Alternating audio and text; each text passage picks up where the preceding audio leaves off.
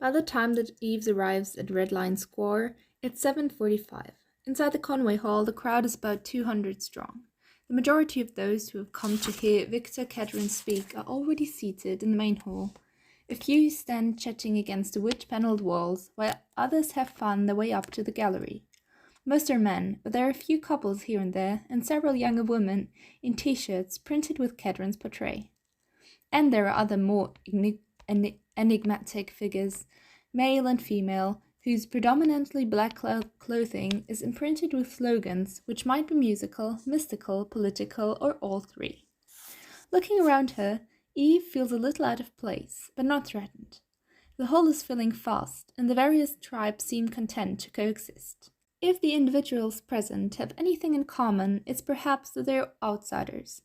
Kedron's audience is a coalition of the disenfranchised. Climbing the stairs to the gallery, she finds a seat at the front of the right-hand side, overlooking the stage and the lectern, and with a rush of guilt realizes that she hasn't called Nico to tell him that she can't make it to the bridge tournament. She searches her bag for her phone. She doesn't tell him where she is, just that she can't come home, and as always, he's understanding. He never questions about her work, her absences, or her late nights. But she can tell that he's disappointed. It's not the first time that he's had to apologize for her at the club. I must make it up to him, she tells herself. His patience isn't infinite, nor should it have to be. Perhaps we could go to Paris for a weekend. Take the Eurostar, stay in a little hotel somewhere, and walk around the city hand in hand. It must be so romantic in the snow. In the hall, the lights flicker and dim. On the stage, a ponytailed man walks through the lectern and adjusts the microphone. Friends, I greet you, and I apologize if my English is not so good, but it gives me pleasure to be here tonight and to introduce my friend and colleague from St. Petersburg State University. Ladies and gentlemen, Victor Kedron. Kedron is an imposing figure, broad and bearded, in a bretted corduroy jacket and flannel trousers. There's applause as he walks out, and a few cheers. Taking her phone from her bag, Eve grabs a shot of him at the lectern. It's cold outside, Kedron begins, but I promise you it's cold in Russia. He smiles, his eyes dead leaf brown. So I want to talk to you about the spring. The Russian spring. Rapt silence. In the 19th century, there was a painter named Alexei Severozov, a great admirer, as it happens, of your John Constable. Naturally, like all the best Russian artists, Severozov succumbed to alcohol and despair and died penniless. But first, he created a very fine series of landscape paintings, the best known of which is called The Rooks Have Come Back. It's a very simple painting, a frozen pond, a distant monastery, snow on the ground, but in the birch trees, the rooks are building their nests. Winter is dying, spring is coming. And this, my friends, is my message to you. Spring is coming. In the Russian heartland, there's a yearning for change, and I feel the same thing in Europe. A longing to throw off the dictatorship of capitalism, of degenerate liberalism of America, a longing to reclaim an older world of tradition and the spirit. So I say to you, join us. Leave the US to the pornography, the blood-sucking corporations and their empty consumerism. Leave them to the reign of quantity. Together, Europe and Russia can build a new imperium, true to our ancient cultures, true to the old beliefs. Eve scans the ranks of audience, sees the rapt gazes, the mute nods of agreement, the desperate yearning to believe in the golden age that Kedron promises. In the center of the front row is a young woman in a black sweater and plaid skirt. She's a few years younger than Eve and beautiful, even at a distance. On impulse, Eve raises her phone and surreptitiously zooming in on the woman's face, photographs her. She catches her in profile, lips parted, gazing fervently up at Kedron. The speech gathers pace. Kedron recalls another who dreamt of their new imperium, 1,000-year Reich, no less, but dismisses the Nazis for their crude racism and lack of higher consciousness. He makes an exception for the Waffen-SS, from whose rigorous idealism, he says, much can be learned. This is too much for one audience member, a middle-aged man who stands up and starts shouting incoherently at the stage. Within seconds, two figures in quasi-military clothing appear from the shadows at the back of the hall, grab the man and half lead him, half drag him towards the exit. A half-minute later, to desultory cheers, they return without him. Kedron smiles. There's always on, no? In all, he speaks about for an hour, setting out his mystical, authoritarian vision for the Northern Hemisphere. Eve is appalled but fascinated. Kedron is charismatic and satanically persuasive. That he will make true believers out of those assembled here tonight, she's in no doubt. He's not yet well known in Europe, but in Russia he commands a growing following, and he has a small army of dedicated street fighters ready to do his will. And so, my friends, I finish as I started, with that simple message. Spring is coming. Our day is dawning. The rooks have come back. Thank you. As one, the audience rises to its feet. As they cheer, stamp their feet and applaud, Kedron stands at the lectern, unmoving. Then, with a small bow, he leaves the stage. Slowly, as Eve watches from the gallery, the hall empties. The spectators have a dazed look, as if waking from a dream. After a couple of minutes, accompanied by the ponytailed master of ceremonies and flanked by the two foot soldiers who ejected the protester, Kedron appears in the auditorium. He is quickly surrounded by admirers, who take it in turn to address a few words to him and shake his hand. The woman from the front row waits on the outskirts of the group, a faint smile touching her sharp, cat-like features. If I dressed like that, I'd look like a librarian, Eve muses. So how come this little facious princess gets to look like Audrey Hepburn? Kedron certainly registered her and gives her a glance as if to say, wait, just let me finish with these people and you'll have my full attention. Soon, watched with barely suppressed amusement by the shaven-headed foot soldiers, the two of them are deep in conversation. Her body language, the head fetchingly tilted, the neat little breasts outthrust, makes her availability unambiguously clear. But eventually, she settles for shaking his hand, pulls on her parka, and vanishes into the night. Eve is one of the last to depart the hall. She waits outside at a nearby bus stop, and when Kedron and his party leave the building, she follows them at a discreet distance. After a couple of minutes, the four men turn into an Argentinian steak restaurant in Red Lion Street, where they are clearly expected. Deciding to call it a night, Eve makes for Holborn Tube Station. It's gone 9:30, and she is too late for the bridge tournament. But she'll get to the club in time to grab herself a large vodka and cranberry juice and watch Nico play a few hands. She needs to wind down. One way and another, it's been a weird day. At a little after 9:45, when she's satisfied that the Russians are settled in, Villanelle moves away from the doorway from where she's been watching the steakhouse and takes a back route to the hotel. As she moves through the lobby towards the lifts, her face shadowed by the fur-trimmed hood, she directs a smile and a brief flutter of her leather-gloved fingers at the reception desk, where Gerald Watts is still on duty. Lotting herself into room 416, Villanelle opens the valise, takes out a packet of surgical gloves, and exchanges a pair for the leather ones she's wearing. Then, from a sealed polythene bag, she takes a microtransmitter the size of a fingernail and a pinch of blue tack. Placing this in the pocket of her parka, she leaves the room and takes the stairs up to the fifth floor, where she seems to straighten a picture on the wall outside room 521. This done, she continues upwards to the sixth floor, where the stairs terminate in an exit to the roof. It's unlocked, and stepping outside, she conducts a quick reconnaissance of the area, noting the placement of chimney stacks and fire escape ladders. Then, without hurry, she returns to the fourth floor. Back in her room, she switches on an iPod-sized UHF receiver and inserts one of the in-ear headphones. Nothing as she expected, just a faint ambient hiss. Pocketing the receiver, leaving on one earbud trailing, she takes a waterproof case from the valise. Inside, each component lying in its bed of customized foam, is the weapon she ordered from Konstantin. A polymer-bodied CZ-75 9mm handgun and an ISIS-II suppressor. Villanelle prefers a lightweight action on a combat weapon, and the C-set's trigger pull weight has been adjusted to 2 kilos for double action firing and 1 kilo for single action. Hotel room assassination, she knows, is a complex science. Taking down the target is easy, it's doing so swiftly, silently, and without collateral damage that is difficult.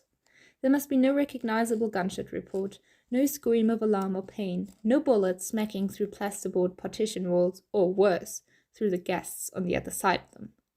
So after attaching the suppressor, Villanelle loads the Czech handgun with Russian-made Chernaya Rosa, Black Rose, hollow point rounds. These are constructed with an oxidized copper jacket, whose 6 sections on impact peel back like petals.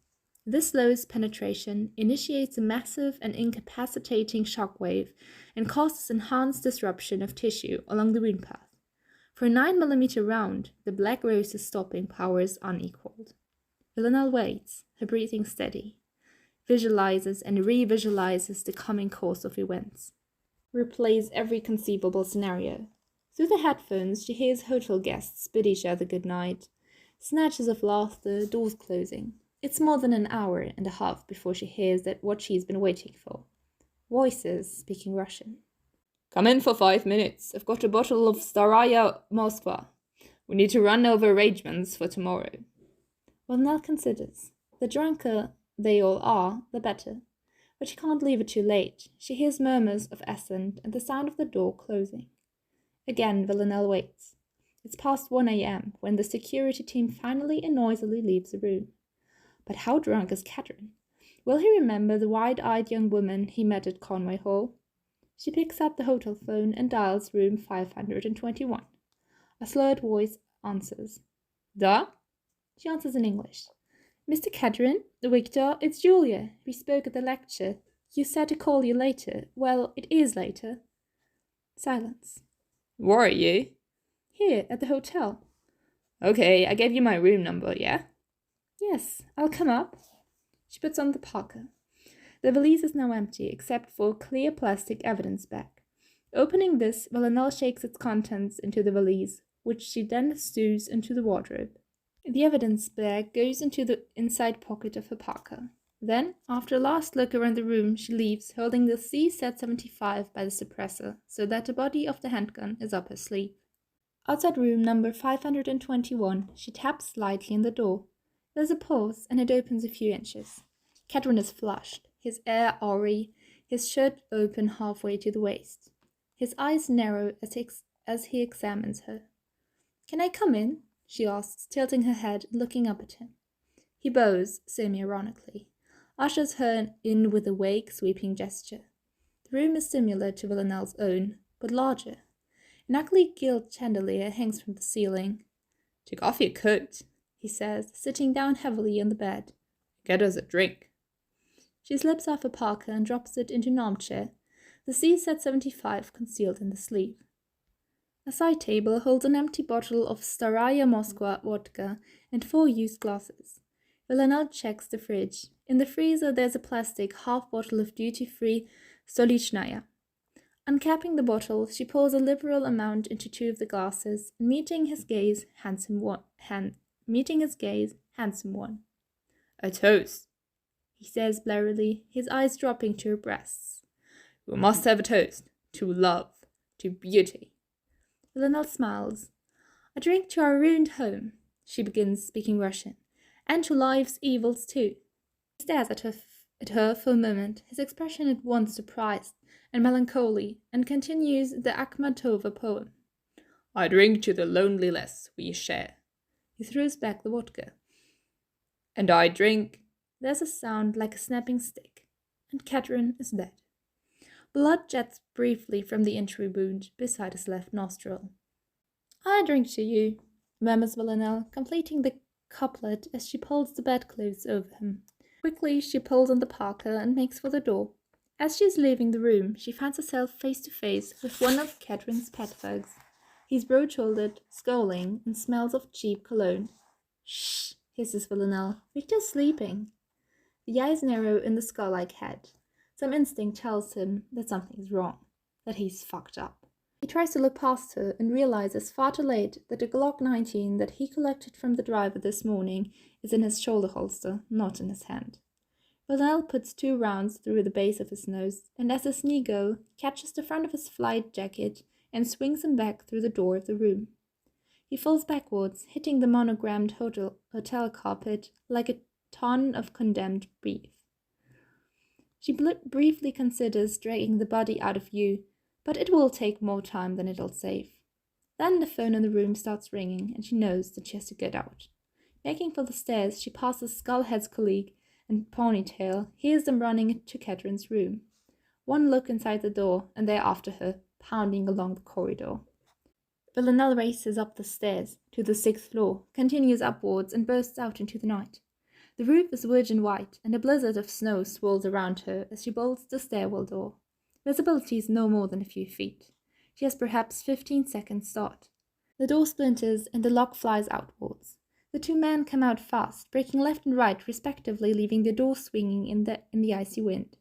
The roof is deserted. Footsteps lead from the stairwell to a balustrade, beyond which is whirling darkness. Suspecting a trap, the 2 men duck behind a chimney stack. Then, very slowly, the younger man leopard crawls across the snowy roof to the balustrade, peers over, and beckons cautiously to Ponytail.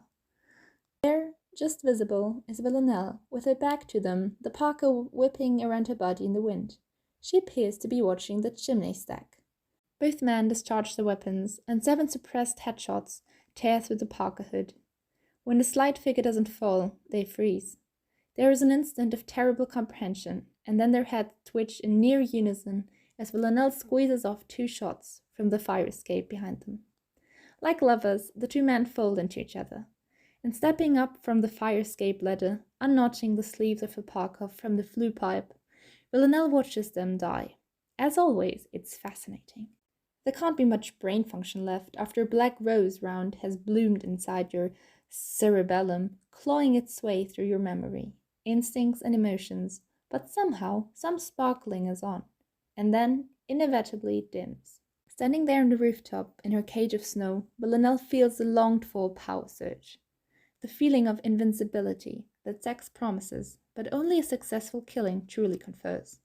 The knowledge that she stands alone at the whirling heart of events. And looking around her, with the dead man at her feet, she sees the city resolved into its essential colors. Black, white, and red. Darkness, snow, and blood. Perhaps it takes a Russian to understand the world in those terms. That Saturday is, without exception, the worst day of Eve Polastri's life. 4 men shot dead on her watch. An A-grade assassin on the loose in London, her M15 superiors incandescent, the Kremlin no less so, a Cobra group convened, and, it goes without saying, her Thames House career fucked. When the office ring to tell her that Victor Kedron has been found shot dead in his hotel room, she's still in bed. At first she thinks that she's going to faint, and then, staggering to the bathroom and finding the corridor blocked by Nico's bicycle, she vomits all over her bare feet. By the time Nico reaches her, she's crouched on the floor in her nightdress, ash-grey and shaking. Simon rings while Nico is sitting with her in the kitchen. They agree to meet at the Vernon Hotel. Somehow she manages to get dressed and drive there.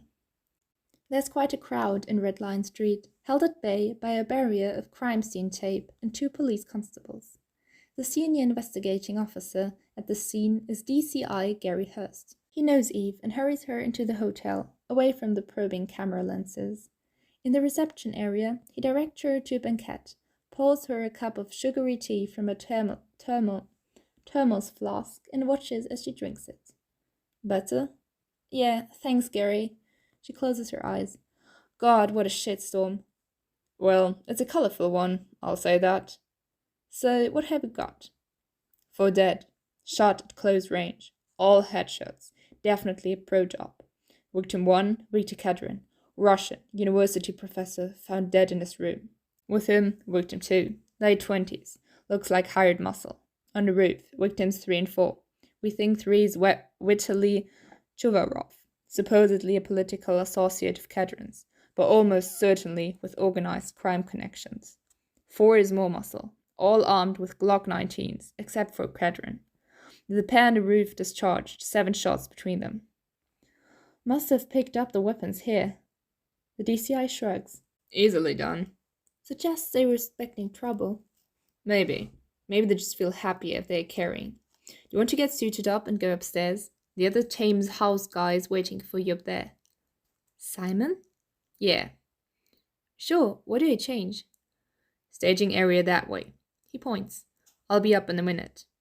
In the staging area, Eve is handed a white Turic coverall, a mask, gloves, and booties. When she's finally suited up, dread floods through her. She's seen plenty of photographs of gunshot victims, but never any actual corpses. She copes, though, and with Simon standing businesslike and imperturbable beside her, makes herself remember the details.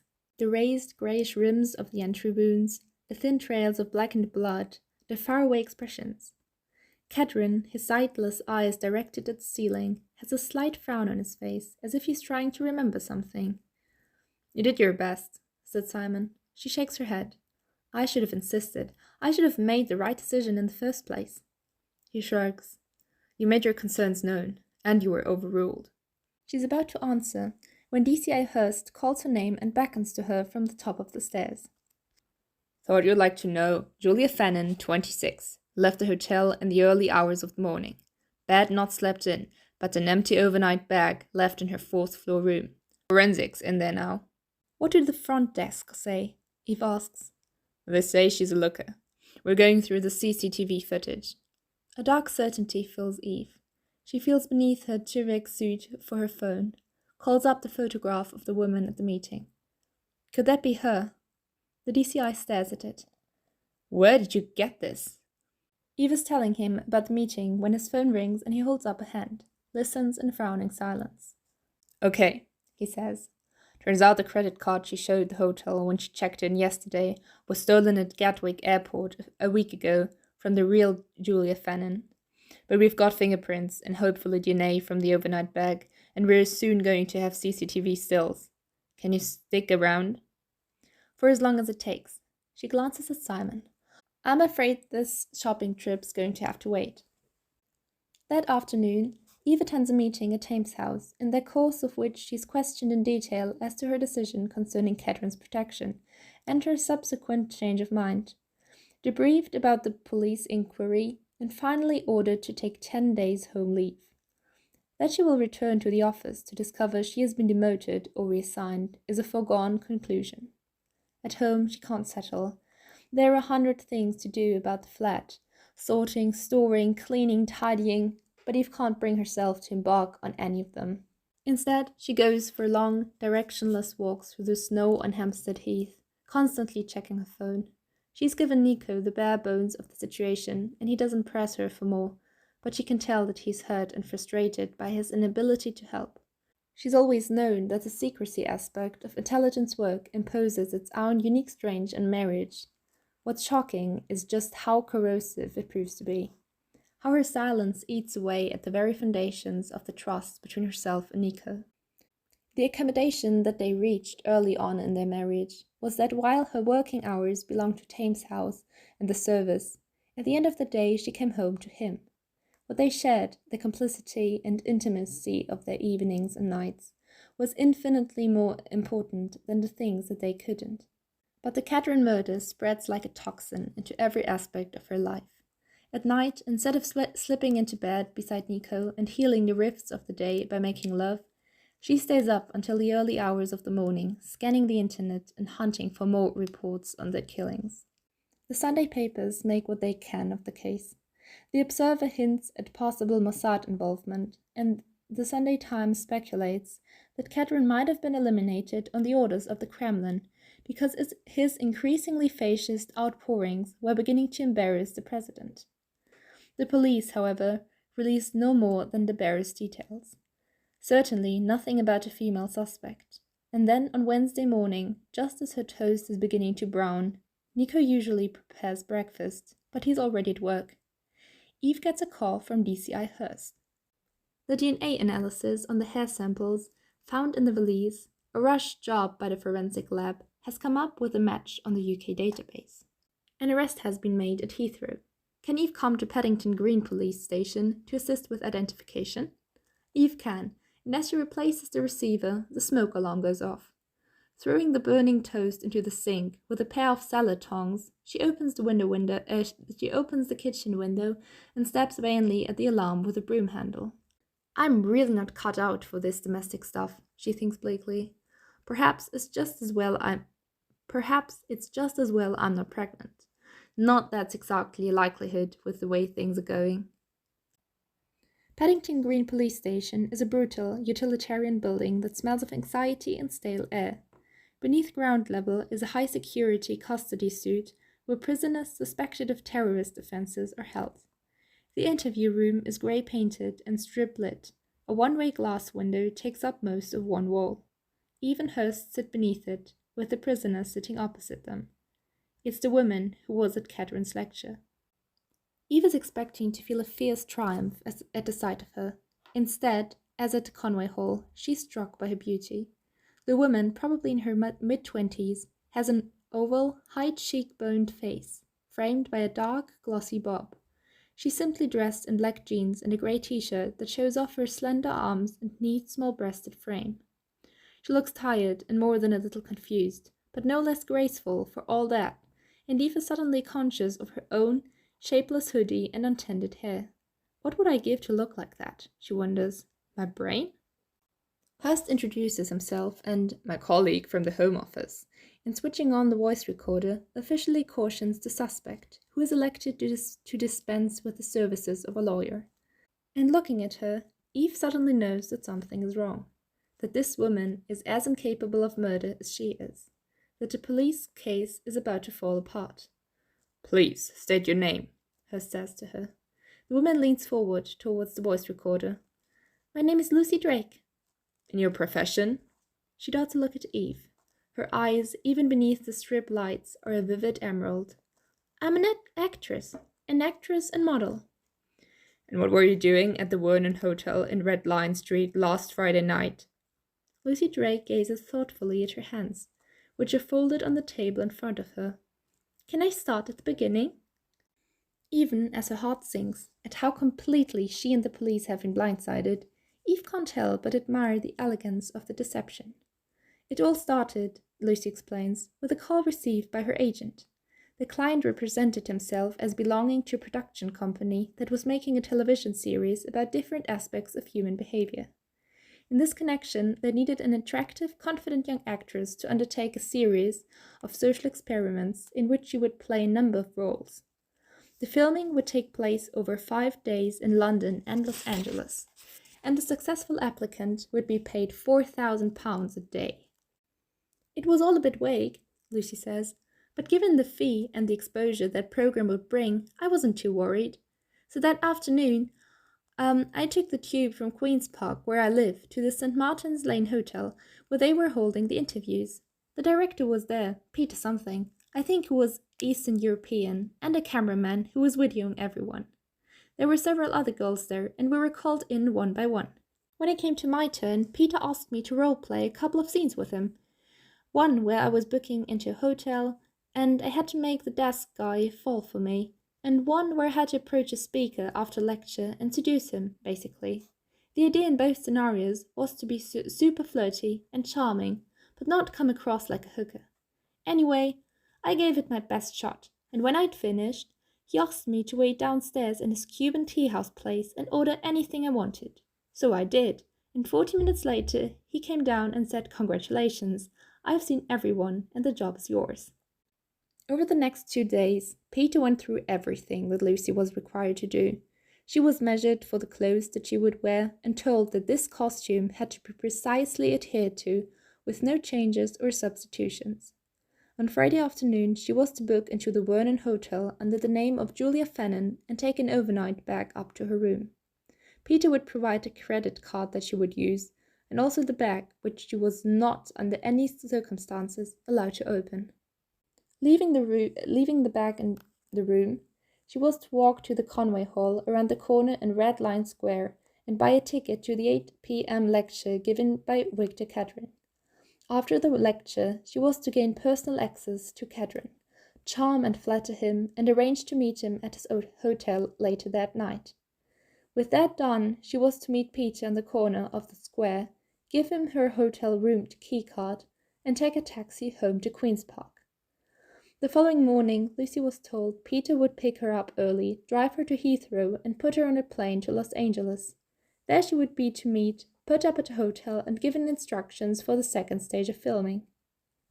And that is how it worked out? Asked Hurst. Yes, he came round at 6 a.m. with a first-class return to L.A., and I was in the air by 9. I was met at the airport by a driver who took me to the Chateau Marmont, where I got a message that the filming had been cancelled. But I was welcome to stay on at a hotel. So I used the time to go and see some acting agents, and at midday yesterday caught the return flight to Heathrow, where I was arrested for murder, which was kind of a surprise. Really? Asked Hurst. Yes, really. Lucy wrinkles her nose and looks around the interview room. You know, there's a really weird smell of burnt toast in here. An hour later, Eve and Hurst are standing on the steps at the rear of the police station, watching as an unmarked BMW turns out of the car park, headed for Queen's Park. Hurst is smoking. As the BMW passes, Eve catches a final glimpse of the flawless profile that she photographed in the Conway Hall. You think we're ever going to get a useful description of this Peter character? Eve asks. Very unlikely. We'll bring Lucy back to help us make a photo fit when she's had a few hours sleep, but I'm not hopeful. It was all far too well planned. And you really don't think she was in on any of it? No, I don't. We'll check her story out in detail, obviously, but my guess is that she isn't guilty of anything except naivety. Eve nods. She so much wanted it to be true. The successful audition, the big break into TV. Yeah. Hurst treads out a cigarette on the wet concrete step. He played her just right. And us, too. He frowns. So, how do you think 2 of Lucy's hairs came to be in that overnight bag if she never opened it?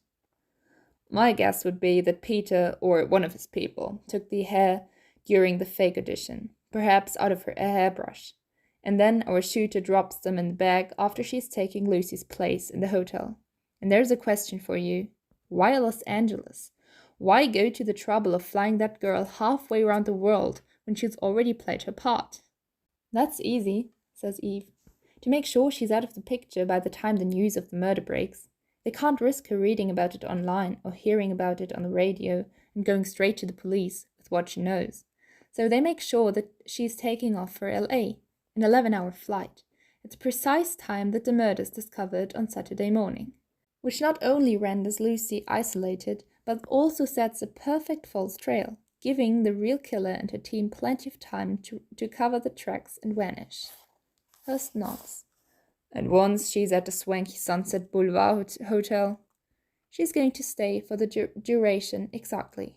She may just possibly see or read something about Kedron, but that's all happening on the other side of the world. Meanwhile, she's got Hollywood agents to see. That's what's going to be uppermost in her mind. And then, when they're ready and the DNA results are in, they serve her up to us on a plate. He shakes his head. You have to admire their cheek. Yeah, well, cheek or not, that woman shot 4 foreign nationals dead on our turf. Can we go back and see that CCTV footage again? Absolutely. It's been edited into a single silent loop. Lucy Drake walking into the hotel foyer in her parka, carrying the valise and checking in, the suggestiveness of her body language apparent.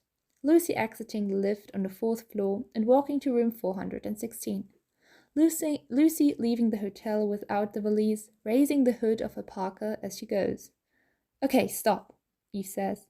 That's the last of her, agreed? From now on, the woman in the parka is our killer. Agreed, said Hurst. He runs the footage in slow motion. Infinitely slowly, as if moving through treacle, the hooded figure enters the hotel, lifts a blurry hand in the direction of the front desk, and vanishes out of shot. Her face is invisible, as it is throughout the footage in the hotel corridors. Look at her planting that bug outside Kedron's room, says Hurst. She knows she's on camera, but she doesn't care. She knows we can't make her. You have to admit, Eve, she's good. You weren't able to pull any prints of the bug or anywhere else? Look closely. Surgical gloves. Motherfucker, Eve breathes. Hurst raises an eyebrow. She's a murdering bitch, Gary, and she's cost me my job. I want her, dead or alive. Good luck with that, says Hurst. At the Avenue Kleber apartment, Jules Mosty and his wife Anne-Laure are entertaining. Among those at dinner are a junior minister from the Department of External Trade, the director of one of France's major hedge funds, and the executive vice president of Paris's most important fine art auction house. Giving the company, Jules has gone to considerable trouble to ensure that everything is just so. The food has been catered by Fouquet's in the Champs-Élysées. The wine is from Jules's own carefully curated cellar, and precisely dimmed spotlights pick out the cabinet of Ormulu clocks and the two Boudin oils of the beach at Trouville, which the executive vice president has recognized as fakes, and indeed has whispered as much as to the younger male companion. The conversation among the men has covered predictable ground. Immigration, the fiscal naivety of the socialists, the Russian billionaires forcing up the price of holiday homes in Val d'Isère and the Ile de Ré, and the upcoming season at the opera.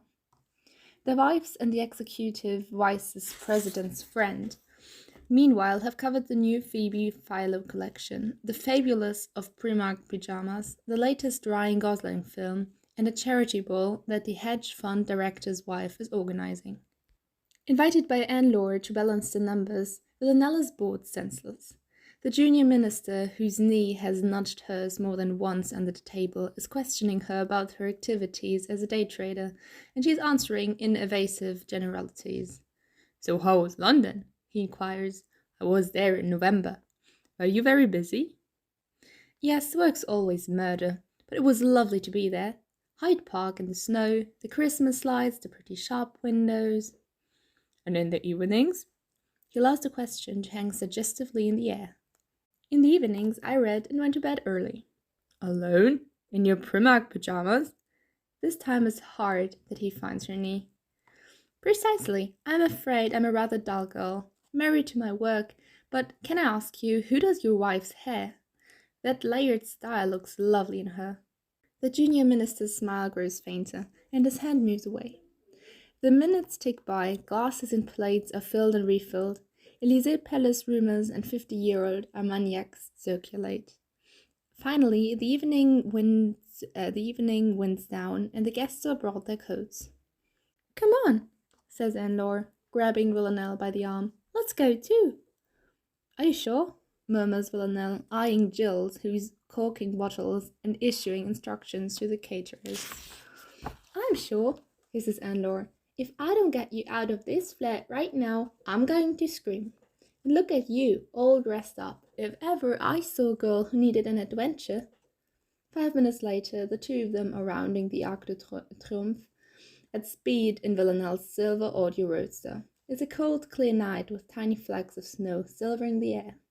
The roadster's roof is lowered, and Héloïse Letizier is blasting from the sound system. Where are we going? Villanelle shouts, the icy wind whipping at her hair as they swing onto the Avenue des Champs-Élysées. Doesn't matter. Anne-Laure mouths back. Just drive. Villanelle puts her foot down, and whooping and laughing, the two women race into the glittering darkness of the Paris night. On the penultimate day of her enforced leave, an envelope bearing Eve's name falls through the letterbox on the flat. The writing paper is headed with the imprint of Travelers Club and Pall Mall. The unsigned message, handwritten in slanting italics, is short and to the point. Please come to the office of BQ Optics, 2nd floor above Gouge Street Underground Station tomorrow, Sunday, at 10:30 a.m.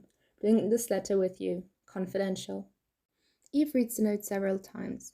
The Travelers Club writing paper suggests that the correspondent has security services or foreign office connections. The fact that it is handwritten and hand-delivered suggests an entirely sensible distrust of email. It could of course be a hoax, but who would bother? At 9:30 the next day, she leaves Nico sitting at the kitchen table amid a sea of pamphlets. He is assessing the costs and benefits of converting the attic into a miniature hydroponic farm, sustained by low-energy LED lighting and producing pak choi and broccoli. The entrance to the BQ Optics office is on Tottenham Court Road. Noting, as she exits Goose Street Tube Station, she crosses the road and watches the place for 5 minutes from outside Heel, the furniture store. The tube station and the first-floor offices are faced with brown, glazed tile and surmounted by a dingy residential block. The second-floor offices appear deserted. But when she presses the bell at the side of the entrance, she's buzzed in immediately. A staircase leads to the first floor, the headquarters of a recruitment agency, and thence by a narrower stairs upwards. The door to the BQ Optics office is ajar. Feeling a little foolish, Eve pushes it open and stands back. Nothing happens for a moment, then a tall figure in an overcoat steps into the dusty light.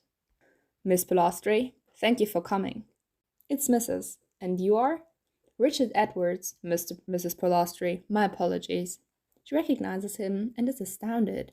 Former station chief in Moscow, now head of the Russian desk at M16, he's a very senior figure indeed in the intelligence world. And the cloak and dagger. Sorry for that too. She shakes her head, bemused. Come in, take a seat. She walks through. The office is unheated and dusty, its windows almost opaque with grime. The only furniture is an elderly steel desk with 2 takeaway cups of Costa coffee in it and a pair of rust-scarred folding chairs. I guessed milk, but no sugar. Thank you, perfect. She takes a sip. I've become aware of your situation at Thames House, Mrs. Polastri. Eve, please. He nods, his gaze austere in the dim light of the window. Let me save time. You're being held responsible for failing to prevent the murder of Victor Kedron at the hands of an unknown female. Your initial judgment was not to request Metropolitan Police protection for Kedron, but you then changed your mind and found this decision blocked. Correct? Eve nods. Substantially, yes. My information, and you're going to have to take my word on this, is that this was not due to administrative inflexibility or departmental budget issues. Certain elements at Thames House, and indeed at Vauxhall Cross, were determined that Kedron should be unprotected. She stares at him. You're saying that officers on the security services conspired to assist in this murder? Something like that. But why? The short answer is that I don't know, but there has definitely been pressure brought to bear.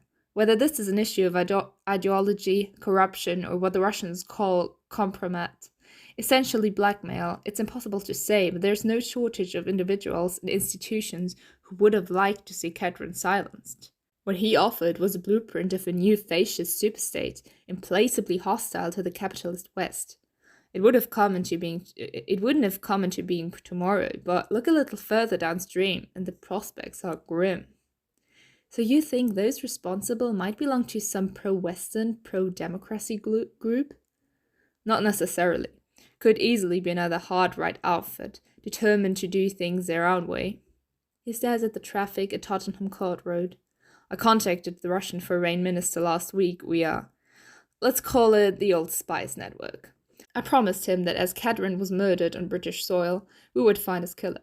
He accepted this, but made it quite clear that until such time as we did so, a state of diplomatic hostility would exist between our respective nations. He turns to face her. Eve, I want you to go to Thames House tomorrow morning and offer your resignation, which will be accepted. Then I want you to work for me. Not from Vauxhall Cross, but from this office, which we appear to own. You will receive an SIS executive-grade salary, a deputy, and full TACCOM support. Your mission, which you will prosecute by any means necessary, is to identify the killer of Victor Kedron. You will discuss this with no one outside of our team, and you will answer only to me. Anything you need in the way of extra personnel, watcher teams, armed backup, you'll clear through me, and only through me. In effect, you will operate as if in hostile territory. Moscow rules. Eve's thoughts are ricocheting all over the place.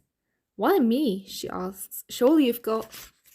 To be brutal, because you're the only person that I know not to be compromised.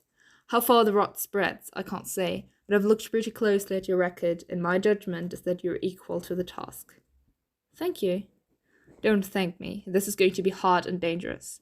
Whoever this shooter is, and there are echoes of several high-profile international kills by women in the last couple of years, she's dug in deep, and she's very, very well protected. If you take this on, you must do the same thing. Dig in deep. He looks around the bare, cold room. It's going to be a long winter. Eve stands there. She has the dizzying impression that this world has slowed. There's a moment of intense silence. "I'll do it," she says. "I'll hunt her down, whatever it takes." Richard Edwards nods, holds out his hand, and Eve knows that nothing will ever be the same again.